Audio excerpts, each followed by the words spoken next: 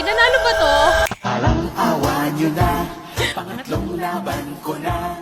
Subukan nyo naman ako, si Nonong Bautista. Sige na please naman, sa balota markahan. Number 3 si Nonong Bautista. Nanalo siya, di ba? Number 1! Very, very good.